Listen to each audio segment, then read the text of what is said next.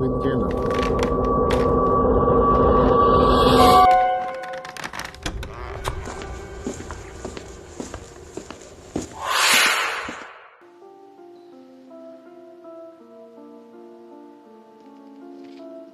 live in a house of rules.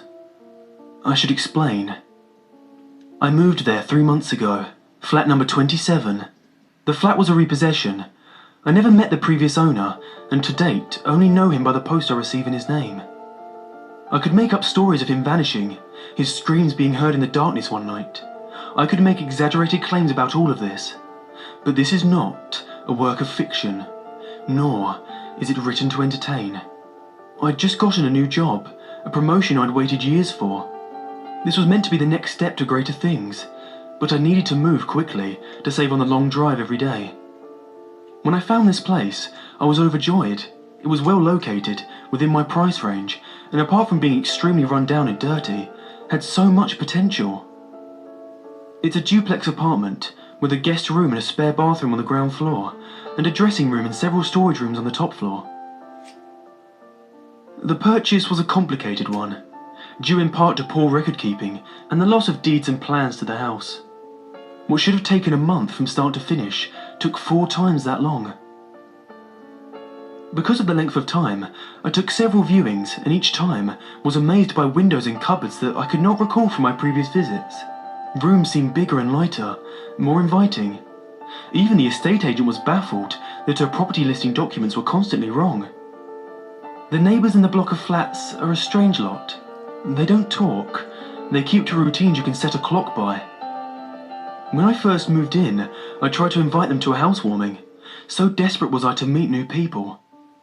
Not one of them came. They get in at the same time every day and never leave the house. I never hear them moving around at night. One of them, a nervous man from upstairs who constantly fidgets and glances around, apologised afterwards. He explained his lack of attendance was simply that he wasn't allowed to. At the time, I presumed he meant his wife, but now I'm not so certain. As he was the only one I'd gotten to know since the move, I did my best to become friendly, and even felt like I was making headway. Then I made the mistake of asking about the previous owner, to which he made an awkward and short response before making his excuses. I have not seen or heard from him since. The rules, as I came to understand them, became apparent over time. The first was sleeping only in my bedroom. I only slept once in the lounge on purpose, dozing on the sofa, until I woke up with my arm trapped between the sofa and the wall, a wall that was several feet away from the sofa when I closed my eyes a few hours earlier. I was overcome with a feeling, a very familiar feeling, that I was somewhere I shouldn't be. This feeling wouldn't leave me until I hurriedly stumbled up to my bed, where I only felt truly safe when I hid under the blankets like a scared child. I only fell asleep once more in the lounge after that, by accident. I was woken once again with a feeling that I should leave, that it would be unsafe to stay, and that I should not be there. This time, however, a sweater I'd left across the room on a radiator was tied around my neck and pulled tightly enough to leave a striking mark on my throat. The rule of sleeping only in my bedroom stands alongside others, countless others.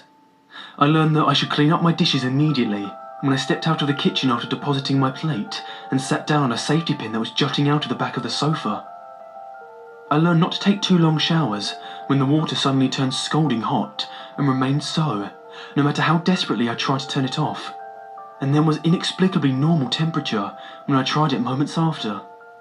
I learned that I must hoover and keep the place tidy, that I must not waste the electricity, and no matter what noises I hear at night, I should never, ever explore. Another rule is guests are not welcome. The last time I had a guest, it was a friend who invited himself, despite my concerns that I could not air down for the weekend by making arguments to come and see me, until I relented. How could I not? I spent the entire time terrified for their safety, and pretty much drove them away with my strange behaviour accordingly. But there were no events. Such things made me bold, and I began to relax. I stayed awake until late, played music at night, and did whatever I wanted, even going so far as to feeling like I had triumphed, as the house remained meekly quiet. It was almost immediately after they left that I first noticed the headache and the nausea, which got worse and worse as the gas leak continued. I only just made it out before I succumbed. I have so many things I could tell you, example after example. I don't know where to begin. I need you to look past your skepticism and see that this is real, that this is more than coincidence, that this is more than just child's play haunting. I am not being haunted. I'm being ruled. The rules are only a part of it. They are the part I play. The rest is done without me, and not only that, but done around me. The walls shift, doors open some days but won't the next. The number of windows in my bedroom increased one by one over consecutive nights, and then there was only one again. There is a cupboard at the top of my stairs that changes in size quite regularly. One of the most terrifying experiences of my life was when I opened it and saw it went back several meters more than I remembered. When I walked in, somehow the door shut behind me, and I groped in the dark, silently reaching out for a wall I knew must be there, yet my fingers touched only air. I do not know how long I fumbled in the dark, but it was only as my panic attack rose that my shaking fingers found the wooden door. Have you ever woken up in a room with a chair sitting at the end of your bed? A chair that came from the dining room. The dining room that is down a flight of stairs and along a hallway. Have you ever walked into a room and seen a storage cupboard that was not there before? Have you ever observed more stairs on a staircase as you go down them than there was when you went up? Have you ever entered a room looking for something and then gave up and left, and then realised an hour and a half had passed? I have lived all these things, and were I a better, more scientific man, I would have kept a running log of all of it. I would have found proof I needed to show the world I'm not crazy, that this is real, that it's a living nightmare.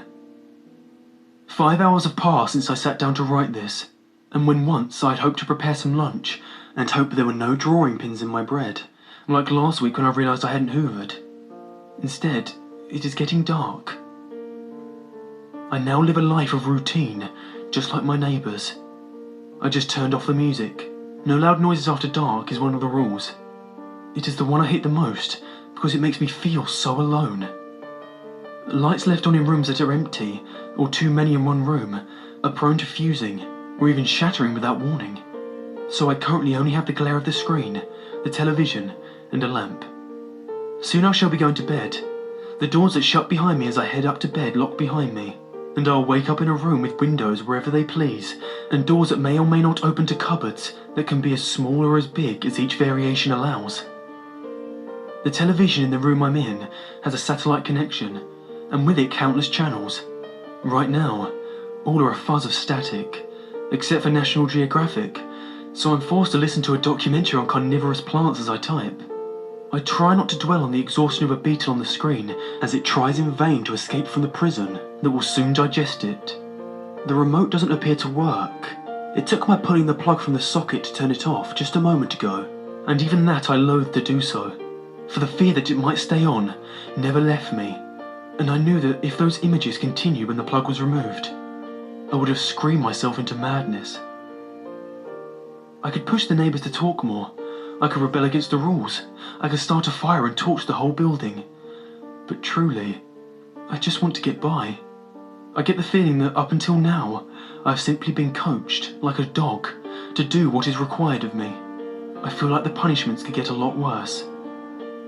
The occasional demonstration of strength, the enforcement of the rules, and the occasional mild punishment when I transgress. Like one taps the nose of a dog when it misbehaves. That is what I hope for, if I can behave. Stepping out of line only causes me harm and fear. It is only out of fear and reference to my own human dignity that I do not explain here what happens when the house feels it really needs to punish. Needless to say, the scar will be with me for the rest of my life. Which brings us to here. I cannot go on. I took the decision to write this with the remaining fight I still have in me, to at least ask for help. I cannot do it over the phone. I cannot write a letter. My only hope is to write it into a story, conspicuous and without the details that might draw attention to the content. All I can hope is that someone sees enough to spot my cry for help, that they find a way to contact me where I can get the lifeline I need to escape. I cannot ask directly. It's too risky. Besides, any form of open rebellion has been snuffed out of me with pain, suffering, and terror. I fear for my safety, for my punishment for breaking the rules. I'm surprised that it's even being allowed to get this far. In over 1,000 words I've written, there hasn't been a power cut or computer error that has lost everything. Perhaps there is still hope. But the truth is, I'm scared. Scared of what touched my face in my sleep the night before, after I accidentally left the tap running, clutching firmly the bruises on my cheek that still remain. I'm scared of what left a pair of scissors in my slippers, of what power moves wooden doors and plaster walls, seemingly at a whim. Most of all, I am scared that by writing this, I may wake up in a tiny room, with no doors or windows. A room that grows smaller every time I blink.